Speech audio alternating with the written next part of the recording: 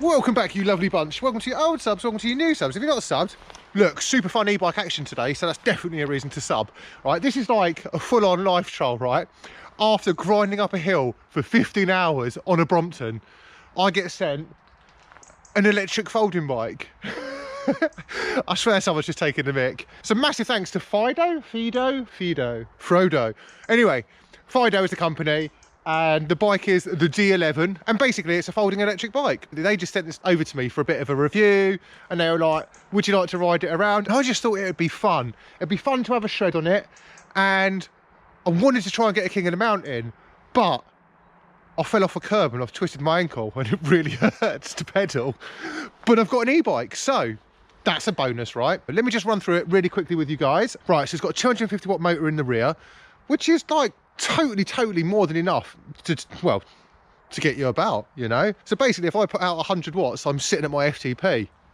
Nice. The bike does weigh 22 kilos, so it's a heavy weight, but it's an e-bike, so they're always heavy. But the clever thing is the battery is a seat post, so it's all in there and you just plug it in when you want to go. And so you've got a 7-speed rear hub, you've got a large 52 tooth front chainring. You know, it's like Shimano Tawny gears, so it's not like high end. They put a nice bike together. It retails at the moment for $999, and for an e-bike that folds, you know, on the surface not too bad. But how good is it, and how much fun is it? That's what we're going to find out today. Let me just run through a few features. Look, you've got your little speedo. It's got 3 modes. Obviously we're going to have it in the fastest mode, and it has a boost button that will drain the battery a lot quicker, so I think it will do 100 kilometers on a standard mode. But we don't care about that. We're going to use the boost mode the whole time. Look, check it out, watch. It just wants to wheelie when you push it. Yeah, right, that's enough mucking about. Just going to take it for a bit of a roll around, obviously to Greg's is like top of my list. I'm going to have to be careful because I've got a really sore ankle, but I do love the fact that, look, it's got a horn. Right, let's go get rad. Whoa! Oh my god, this is so easy. Look, I'm not even doing anything. Watch.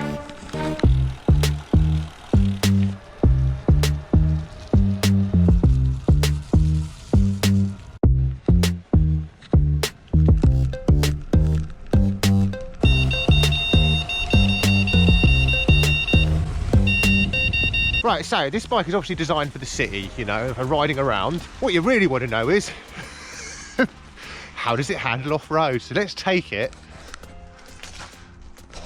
up there. I hope you guys appreciate the things that I do for content here. This is like the most intense review I think one of these bikes has ever had. They've never been ridden off-road. Let's see. I mean, if I take off the boost mode, oh, okay, so pedaling without the boost mode on mud, quite tough. Definitely quite tough. Let's boost up here and chase some cows. Woohoo!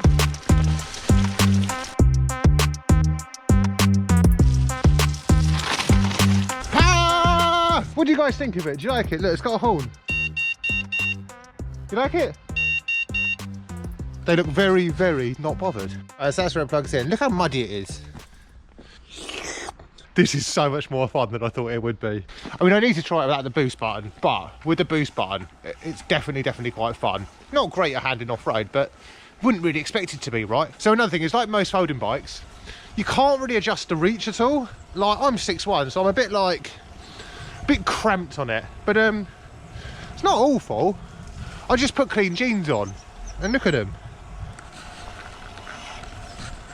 honestly. But I mean, just as a like city riding bike, like getting about, if you're getting a bit old or you want to something a bit more chilled, or you've just Everested, I mean, it's quite nice.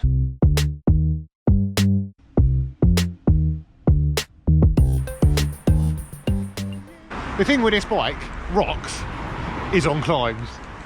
Like, I'm boosting up this. This is like 16-17%. And I've got the king of the mountain and I want another one. But let's see if we can beat it.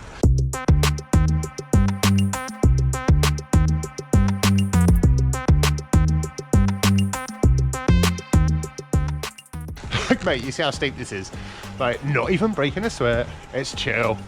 Just realised don't actually have my Garmin on, so I don't even know if I'll beat it. But I can tell you honestly, that was so easy. I'm gonna go up another climb, because look, like a nice 16% gradient, I'm just chatting, I'm not out of breath. The bloke just looked at me as I was riding up that hill, like I was off my head on a tiny bike. I don't think he knew it was electric. I just looked mega tough. Why is this so much fun?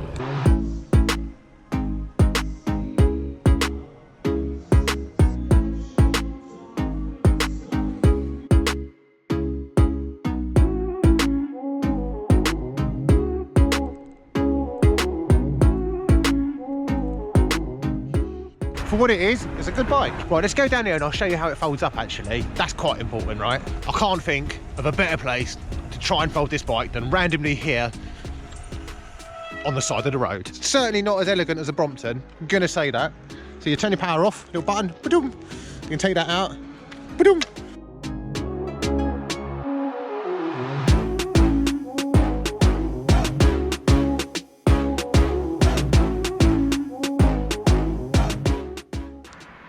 Should have probably cleaned that first. Right, I think we should go for a little boost. Try and get a KOM uphill, of course. Definitely not going to happen anywhere else. Probably not going to happen anyway.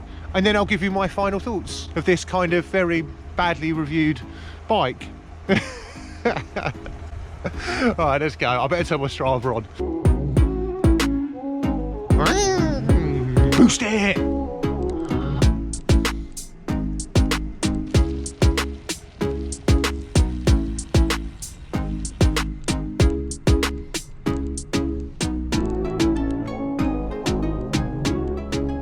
So, KOM results. I was 20 seconds slower than I am on my road bike, but it felt a lot easier.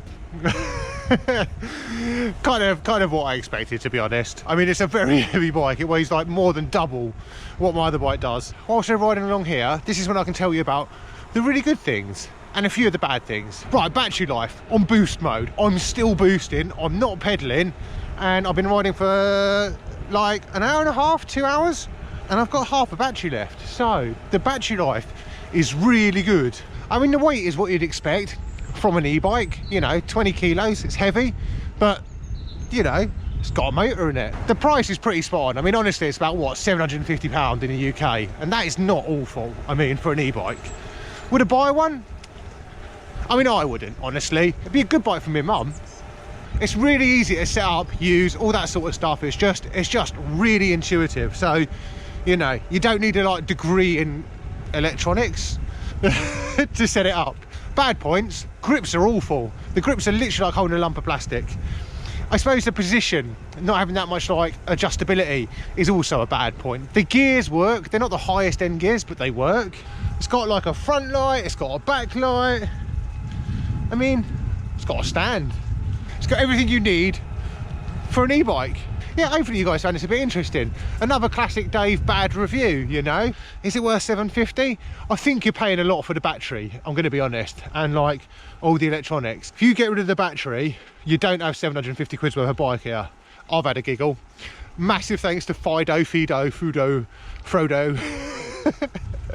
Oh, sorry for sending this over, and I will see you guys all very, very soon. Bye.